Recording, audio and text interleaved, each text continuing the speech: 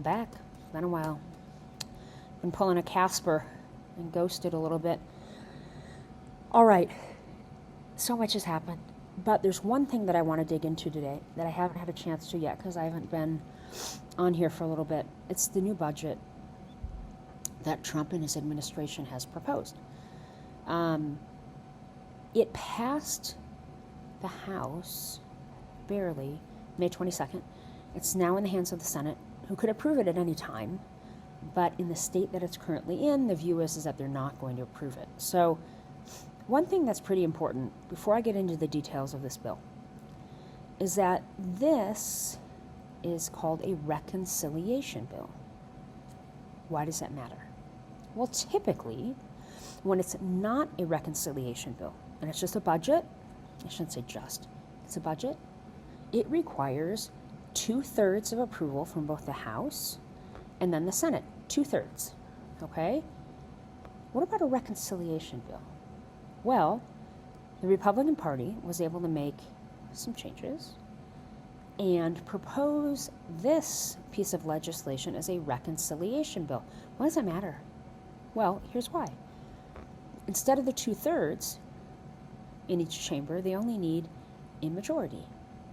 You're like, it's somewhat similar. Well, math nerd, it's actually not.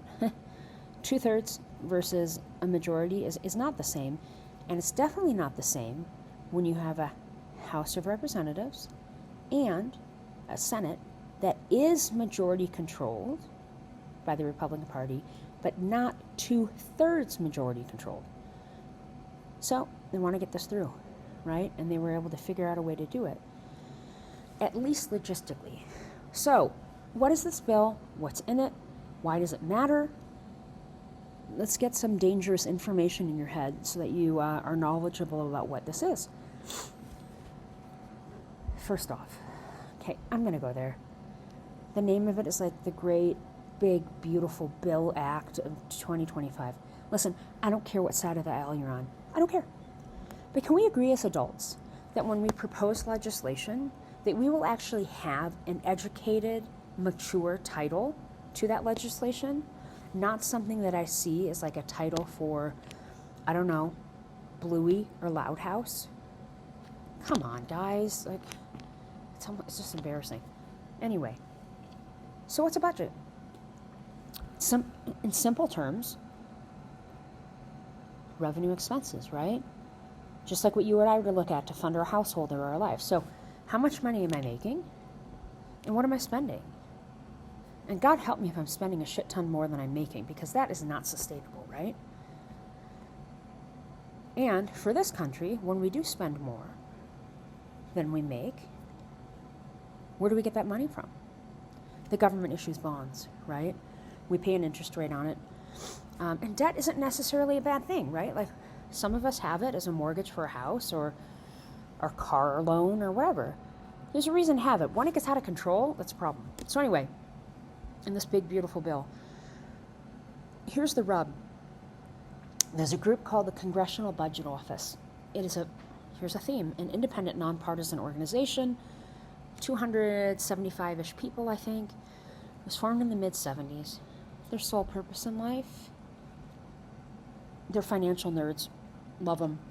So they take legislation, they're actually required to take legislation like this and put it into numbers and say, okay, based on everything that's in here, I've crunched numbers, made some assumptions, done all these different analytics, and this is what it's going to do to the U.S. economy. And they did that with this piece of legislation. And their announcement, was that it would add 2.4 trillion, capital T, dollars to the budget deficit over the next 10 years. And there was somewhat of a collective gasp. The administration said the CBO actually did the calculations wrong. You know, as I've told my kids, I will always defer to experts. And if this is what they do day in and day out, and they have 275 of some of the brightest minds in different fields of excellence, I'll take their number, right? 2.4 trillion. It's not good. I don't think it's the biggest of all time, but it's definitely the biggest in the last several decades. So what's in this? So we talked about revenue coming in. What are we making? And then what do we spend? So where does the country make revenue? Taxes, right? We all have to pay taxes. Individuals, well, some people find loopholes, but individuals, corporations, and that is the revenue that comes into the government. And then they use this revenue to pay for things, right? Some of the biggest things, as we've learned in the past, the vast majority of things, are things like Social Security, Medicaid, things that aren't necessarily what they call discretionary, so disposable. And so that's always been like the sacred bucket. I think it's about 60% of the spend, roughly. It's over a majority. Is how do you reduce expenses without carving away at the lifeline that so many people use for medical assistance, housing, food? It's hard. And so here's what this budget does, okay? And the one thing that I always think about when I'm reviewing this stuff, I don't care who's in power. Who does it affect? How is it going to affect me? And what parts of the population does it affect most? And what's interesting to me in the work that I've done, this is my opinion, but in the work that I've done, is that the legislation out of this administration, for the most part, impacts negatively most those portions of the population that were or are the most supportive of the administration, which is usually, in this case, lower and middle class. So let's dig in just a little bit. This is over 1,000 pages long. I am not going to read it. I have no desire to read every single word, but I have delved into analysis from both sides and tried to balance it out, and here's what I've learned. So, revenue. Here's the issue.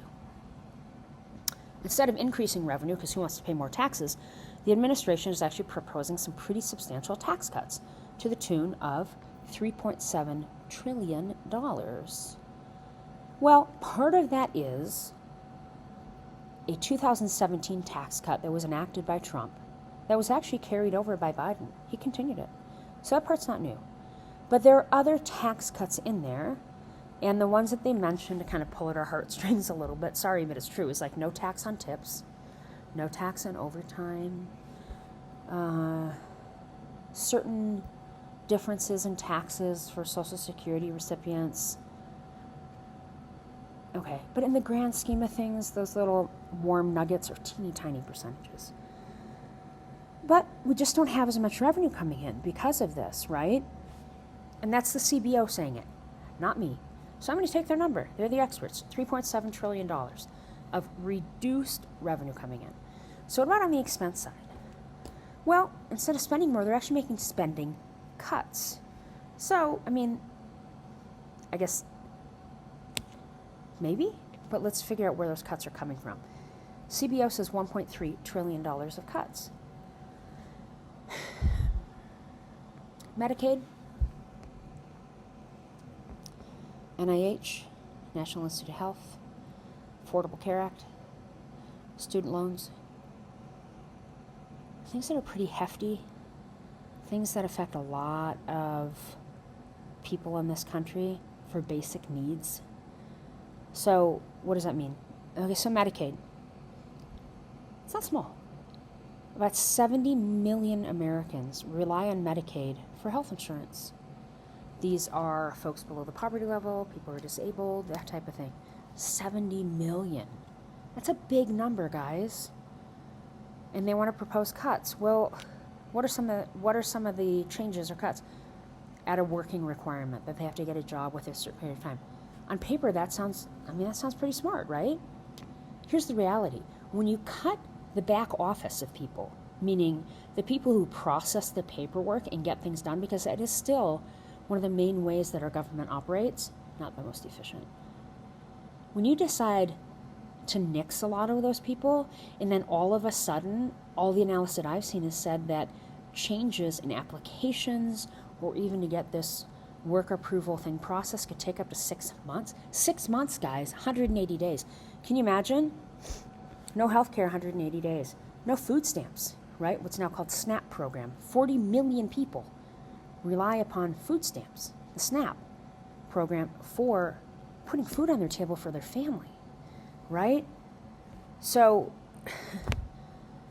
it's not just cuts of what they think is like trimming the fat, but it's also enacting certain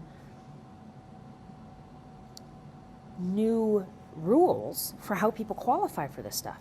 Okay, what else? National Institute of Health, 43%. 43%. $11.6 billion cut to their funding. Well, what's the NIH? What do? It's all the cutting edge research, and quite honestly, even basic research for healthcare in this country. Like all the research and the grants to universities and to labs and to the medical profession, it's boggling.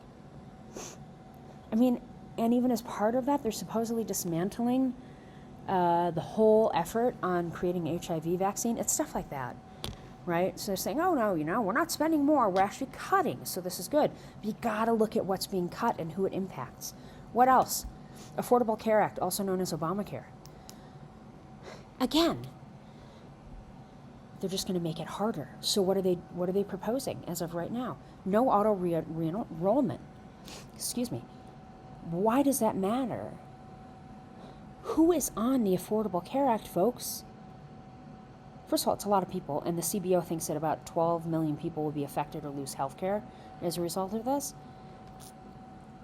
Auto re-enrollment. What is the BFD, right? What's the big frickin' deal? Why don't you want these people to re-enroll? And a lot of these people, for the most part, and I'm not going to generalize, but I can tell you because I was on unemployment about 11 years ago, and one of the things that I noticed, and again, I don't want to generalize, is things that like you and I take for granted, internet access, having a computer, having access to re-enroll, a lot of folks don't have. And so auto re-enrollment just makes it easier for them to continue their health care. If that's not available to them, they lose health care. Then they have to reapply. There's a lapse again. It's logistical. But again, who is this affecting, folks? Lower and middle class. Some people saying, oh yeah, but Doge went in, right? And they identified all of this like fat to trim. Let's put it in perspective. We're talking about $2.4 trillion added to the budget deficit. How much did Doge identify? This hasn't been proven. $180 billion. That's a drop in the bucket. That doesn't solve this inequity, right? So right now, it's with the Senate, and they need a majority, and the view is they don't have the majority because they don't have the majority of votes. The party does. The reason they don't have the majority of votes is certain Republican senators live in states with populations that rely very, very heavily on things like Medicaid, SNAP, ACA, that kind of thing. And their constituents are saying, oh, hell no. You better not vote for this because I'm going to get cut out of my lifelines, right? So we'll see how this morphs, ebbs, and flows over time. So that's kind of the economic thing. What's coming in, what's going out, there's a huge imbalance. To be fair, I don't know if the country's ever had, a balanced budget for a certain long period of time in recent history. But two other things to think about. When there's an imbalance, we need to raise money to help pay for that delta, that difference. What is happening in interest rates right now? Interest rates are going up. So the interest that we are going to be paying on this debt that we will have to issue going forward to pay for all this stuff, those interest rates are higher, our interest expenses are going to be higher, right? So there's a lot that goes into this. But the way that the bill stands now, it's cutting some pretty basic lifelines for folks who really, really need it. And a little separate vignette. A lot of this is going to make it a lot harder for those groups that are marginalized and already beat down to actually get the care they need, okay? And I know I've talked about this a lot. I don't care what side of the political spectrum you're on, okay? Human decency and kindness, equality, those seem to me basics, right? And when you tell an adult, first of all, maybe a transgender adult, LGBTQ, that they can't get the care that they need, that they're just going to strip it, it's pretty cruel. right? It's not okay. And by the way, let's remind ourselves that a lot of adults who are transgender are already so picked on, so marginalized. They don't get hired for jobs. It's horrible. So a lot of these folks depend on these services, like Medicaid, just to get by, because the revenue for them is not coming in. People won't hire them because of who they choose to be as a person. Let me ask you this. Have you ever gone to a doctor's appointment for general care, whatever that might be, and had to get patted down, had to walk through protest lines, had to go through high-level security, had to have your bags checked? You know what? I have. You know who else has? My kids have. And you know why? Generally, I as a woman, I'm going to go to doctors for women healthcare needs. Well, maybe they provide services that some people don't agree with. So yeah, I have to cross a frickin' picket line and get patted down just to make sure I don't have cervical cancer, right? Or my kids might go to an appointment at a children's hospital or somewhere else where they offer services that some people might not agree with. So as a result, I need to bring my 11 and 7-year-old to a medical office where they get patted down in their backpacks with stuffed animals, get checked for guns. What the hell is going on, folks? You know, I'm putting the economics aside. I'm just from a place in my heart saying we're going down the wrong road. And if we're going to continue to persecute those that are already so very persecuted and marginalized, it's not okay. But here's what I can tell you. These groups always end up winning, these marginalized groups. It may take a while, and it can be painful, it can be hard, but you know what? People start mobilizing, and people get angry. They don't get violent. We don't get violent. But in the end, we'll prevail. But right now, it's really, really painful to see. And when I see it affecting me and my family directly and my friends around me, As people know, you don't mess with this mama bear. So, as I've said before, I'm super vocal. I'm super involved. I urge you all to be. Be careful. Don't do anything violent, please. Don't do anything like that in this type of environment. But don't be silent. If you're silent, you're complicit, right? Think about it. Okay, I'm going to go. It was a long one today. I hope everyone enjoys the rest of the week. It is summer here. It's like 95 degrees. I am going to enjoy some time outside in the shade and just enjoy some fresh air. But please take care of yourselves, folks. I hope everyone's having a good summer so far, and we'll talk soon.